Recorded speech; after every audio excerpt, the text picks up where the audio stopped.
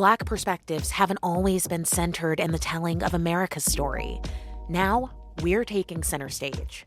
Introducing NPR's Black Stories, Black Truths, a collection of Black-led stories from NPR's podcasts.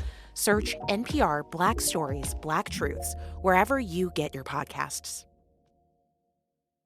Support comes from Mercedes-Benz of Buckhead, where the power of electric meets the power of Mercedes. Introducing a lineup of electric vehicles, the EQB, the EQS sedan and SUV, the EQE sedan and SUV. The vehicles are all electric. The feeling is all Mercedes. Mercedesofbuckhead.com. Welcome to the 2024 joint appropriations hearings from the House and the Senate. You know we have a full day. It's budget week at the Georgia State Capitol. And more than $35 billion a year are at stake. It all starts with Governor Brian Kemp. I believe that in times like these, when our state is on strong financial footing, we should make careful and strategic investments to ensure we're prepared for when times are lean. Georgia Democrats like Senator Nan Orrick are arguing for other priorities. There are only 10 states in the country that have failed to expand Medicaid. It is past time for us to get off that horse they're riding. We'll talk about the state budget with the Atlanta Journal-Constitution's James Salzer, who has covered state government for more than 30 years. I'm WABE politics reporter Sam Gringlas. And I'm politics reporter Rahul Bali. It's week 2 at the Georgia General Assembly. And this is Dome Scramble, a pop-up podcast about the legislature and more from Political Breakfast and WABE News in Atlanta.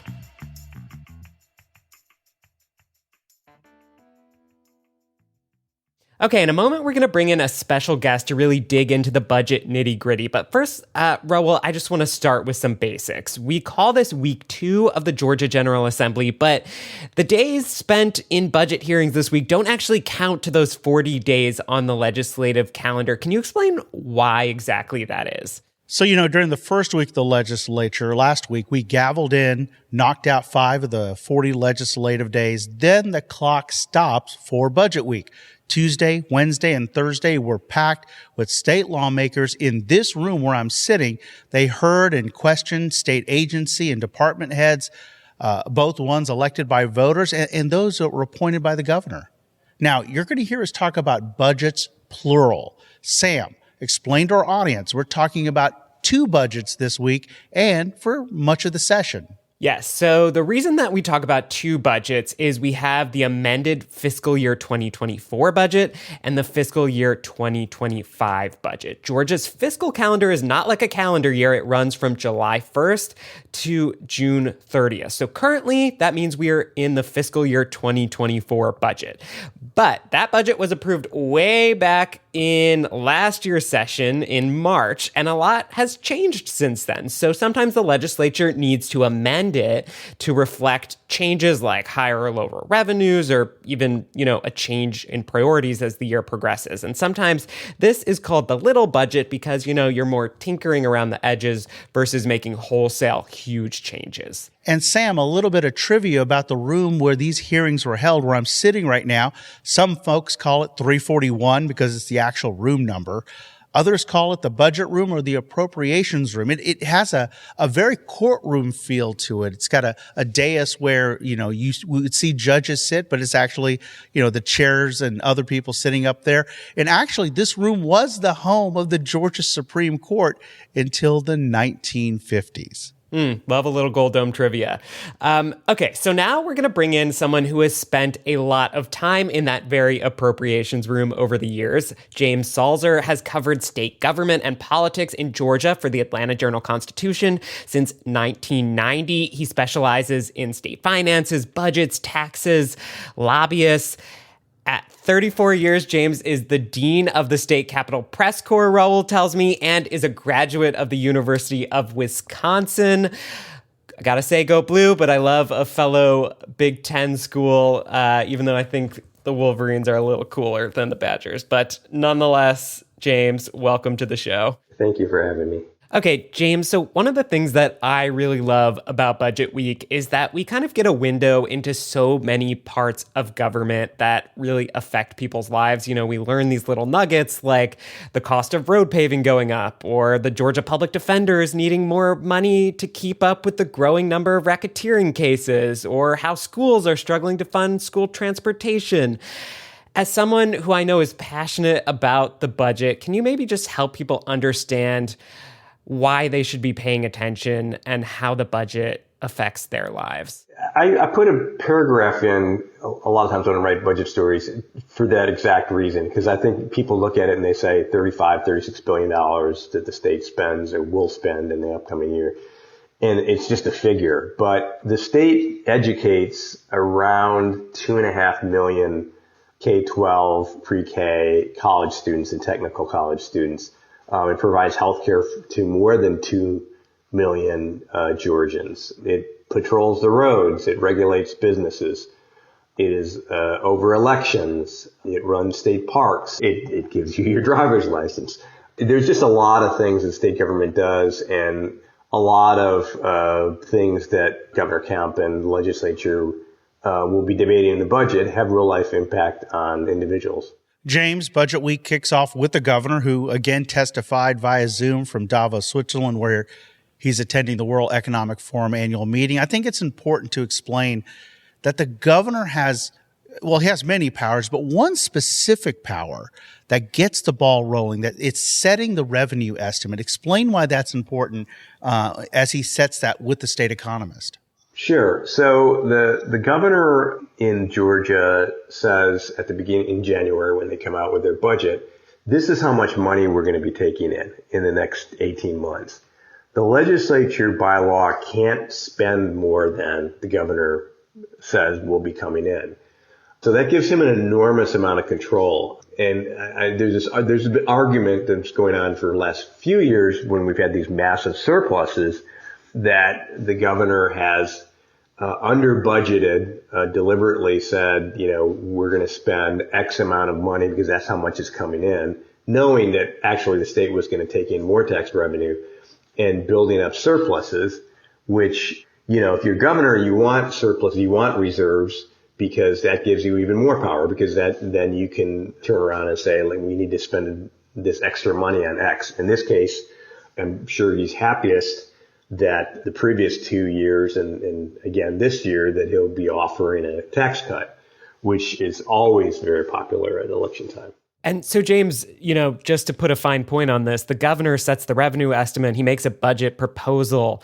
But at the end of the day, it is the legislature, lawmakers, who are constitutionally tasked with passing or approving this budget. That's their one main job, right? Right. It's constitutionally is the only thing they have to do. They could do a budget in January and go home constitutionally. Even though the legislature has that power, the governor has enormous power in that he's kind of the first person out of the gate and says these are the priorities. You're going to have, in this case, Republican governor, Republican legislature. They're generally going to go along with the bulk of what he wants. The other thing is you have to remember, as the governor, is the legislature can put in whatever they want. Governor can veto it. He vetoed or told the agencies to ignore about 230 or 240 line items that the legislature put in last year, totaling well over $200 million. So just to circle back to this notion of setting the revenue estimate with the state economist, a lot of that has to do with kind of looking at the broader economic picture for the state and the country in the upcoming year. There's a new state economist this year, Bob Bushman. He was appointed by Governor Kemp late last year. And from his talk this week, he seems to be in the camp of economists who believe the country may be up for a mild recession in the early part of this year. Let's listen to a little bit more of him speaking to reporters after he talked to lawmakers this week. Georgia's economy is strong. Unemployment is very low, historically extremely low levels. For the next year is an open question. We're subject to what happens in the national economy to some degree. If the national economy goes into recession, we won't necessarily go into one, but we probably would. So, James, what could that mean for the state treasury, the state budget, and is it showing up in the numbers already? Yeah, it's been showing up actually. We've slowed a lot since last spring. Partly because, I mean, the truth of the matter is in the two previous fiscal years, we'd set all kinds of records for revenue for a whole host of reasons. But so you're essentially with revenue, you're comparing, for instance, if you say December of 2023, you're comparing it with December of 2022. Well, the previous years were so hot that it was impossible for the state to continue at that pace. So it slowed down quite a bit. I think what Dr. Bushman is saying is we're going to see a slowdown in the first half of the year, but it doesn't sound very dramatic. I mean, having been through, you covered the budget in 2008, 2009, 2010 during the Great Recession. This sounds nothing like that. This sounds like a temporary slowing and then kind of slow growth and kind of a return to what the increases that were common before COVID. You know, we've been doing a lot of stories about Georgia's massive surpluses. Two things. Can you talk about how big they are in relation to the size of the budget and how we got here with these large surpluses? At the time of the Great Recession, the state had about enough money to run the state for a day in the bank. That's all. So Governor Deal served 8 years, started building that up. Governor Kemp continued that, and then when they opened up the economy after COVID, the federal government had sent trillions of dollars in payments to people. Well, a lot of them saved the money, a lot of them spent it, and so that's one of the things that drove inflation, of course. But it also people were buying goods with that. And those goods in Georgia are taxed. Services are not really taxed in Georgia, but goods are. Like if you buy a car, or if you buy a hot tub, or whatever you're going to buy that is actually something, tangible. So that increased revenue. The fact that right before the pandemic, the legislature had the foresight and luck to pass a law to increase tax collections on goods you buy online. Inflation was a big factor because if goods cost more, you're going to get more in taxes on them because it's based on how much something costs. Wages went up because the unemployment was so low. People were having trouble hiring people. So wages went up, so people were paying more in income taxes. Corporate income taxes have been going through the roof probably 3 or 4 years.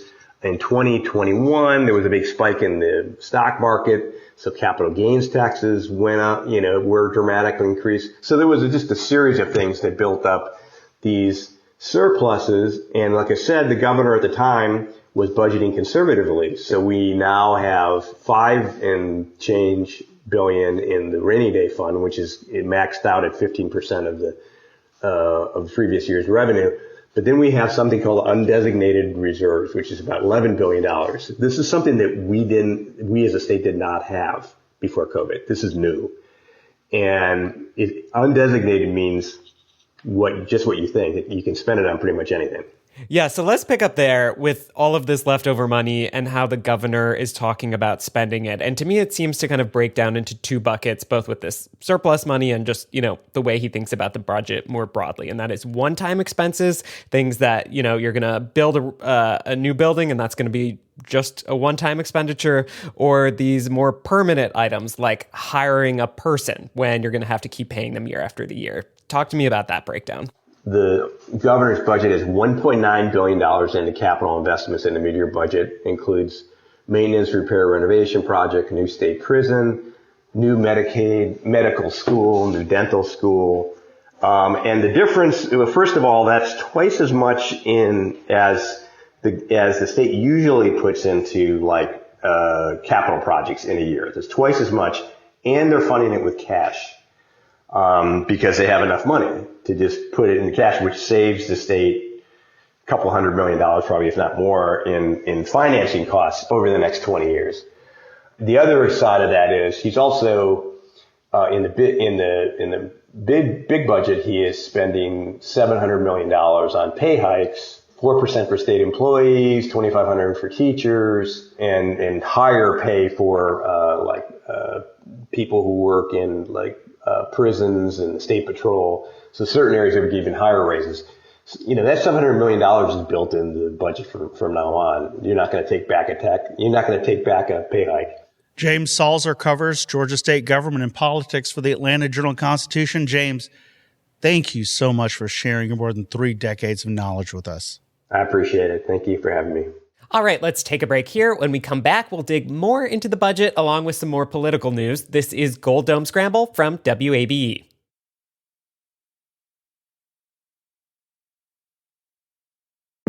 Sounds Like ATL is a music documentary series that takes an in-depth look at the artists amplifying Atlanta's famed music community. Built around a desire to highlight Atlanta's diverse and world-renowned music scene, each episode features unforgettable, intimate musical performances by fresh new musical guests, each with exclusive interviews about the stories behind their music. Listen to Sounds Like ATL Saturday evenings at 7 on WABE and WABE.org. Hey y'all, I'm Mark Kendall. And I'm David Perdue. And we're the hosts of What's Good Atlanta, the new weekly comedy podcast from WABE. On What's Good Atlanta, we run down uplifting and unusual headlines from the universe known as Atlanta. And while we may not be journalists, we are comedians, and we'll be breaking down news and breaking down the stories that make you smile. We're just trying to see what's good, Atlanta. Episodes drop Fridays at WABE.org or wherever you get your podcasts. I get mine from a guy named Craig. Shout out to Craig. Mm-hmm. WABE.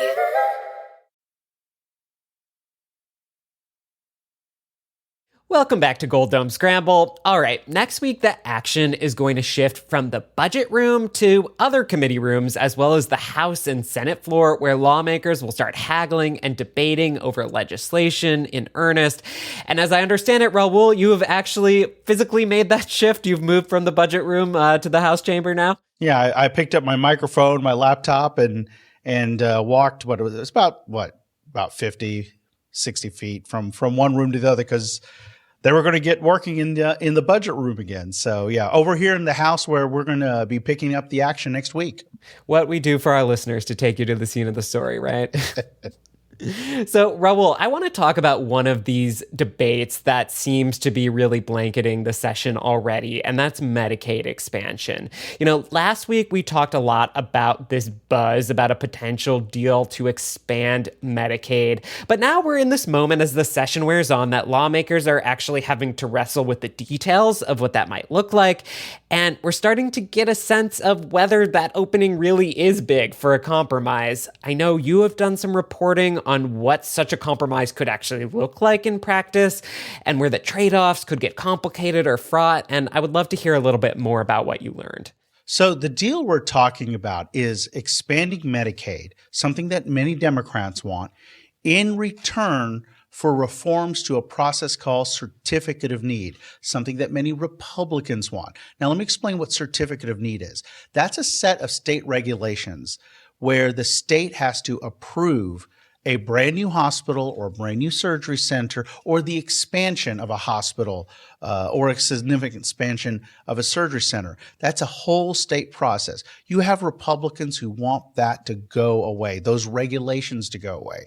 And so this conversation really got going because you've seen in other states, including North Carolina, where that deal between both sides was made, giving Medicaid expansion, something that Democrats want, and Republicans getting what is called CON, Certificate of Need, those reforms. Now, here's where the concerns all come up. The reason Certificate of Need is important is because hospitals, specifically rural hospitals, what they worry about is if a surgery center opens in their part of the state that does surgeries that make a lot of money, that are reimbursed well, for example, certain hand surgeries or heart surgeries, their concern is that those rural hospitals, the stuff that they actually make money on, goes away because it's cherry-picked by these surgery centers that move into their area. That's the concern about Certificate of Need going away. Now, why are hospitals hoping for Medicaid expansion? Because it could positively affect their revenues.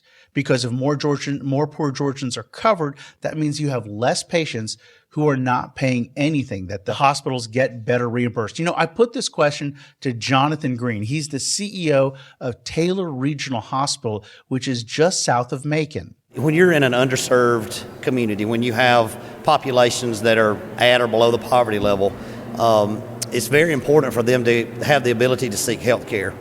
And just speaking from the Medicaid expansion point, oftentimes hospitals are hit with self-pay is the kind of the lingo that we use, and that falls back on the hospital.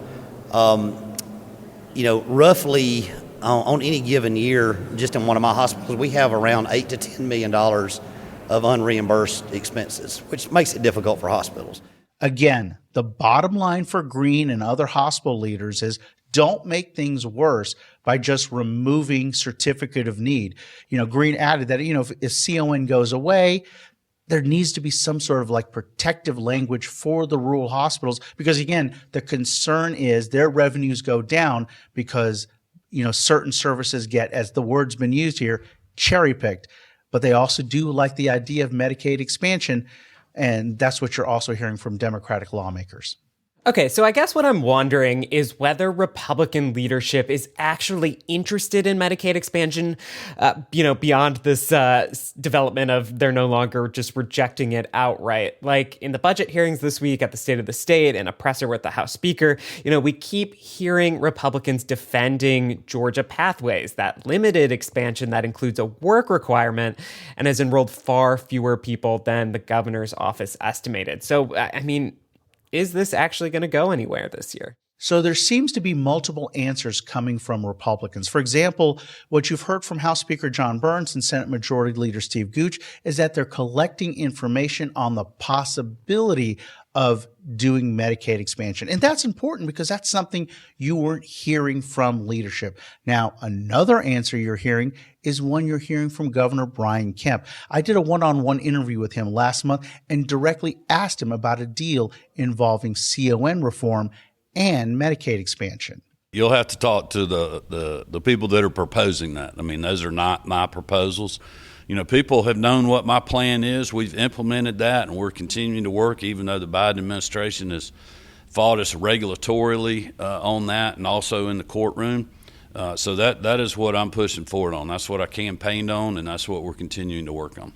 The bottom line is that the governor is sticking to his plans that he's implementing, while there are others who want to take a wait-and-see approach or see if a deal can come up here. Look, it's going to be very difficult to get done. As you heard from hospital leaders, like the hospital leader from Taylor Regional Hospital, it's as complicated, and there's only 35 more days to get it done here. All right, so this week we started to get a trickle of some other lawmakers' priorities, which we'll have plenty of time to dig into more as the session goes on. But for now, Rahul, can you just give us a little taste? What's one thing that you've been watching heading into the next week or two?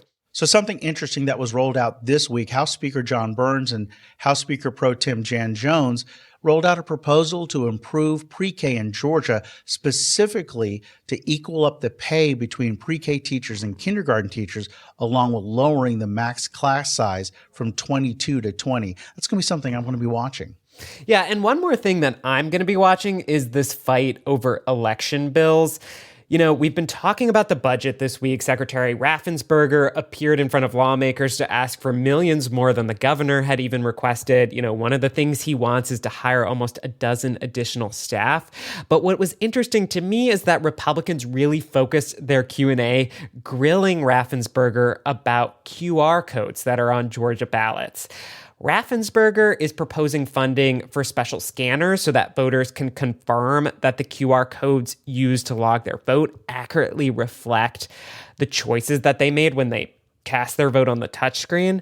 What other Republicans want is to do away with these QR codes entirely. Raffensperger says that wouldn't actually be feasible with voting starting so soon for Georgia's presidential election. And Rahul, we're going to have plenty of time to talk more about these election bills going forward, but given the tone of this conversation at the budget hearing, I expect we're going to be in for some really heated intra-party fights over elections over the next couple of weeks.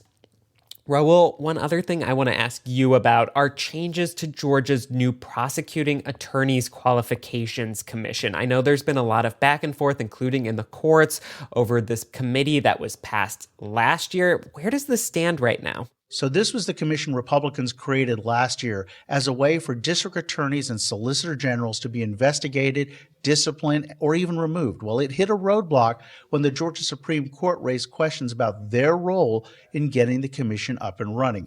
It basically stalled the commission. Republican State Senator Randy Robertson is back with a new bill, Senate Bill 332. It basically removes the state Supreme Court from the process. He believes that this will get the commission up and running. And Sam, this is really newsy because of some of the developments in the Georgia election interference case. Yeah, that is right.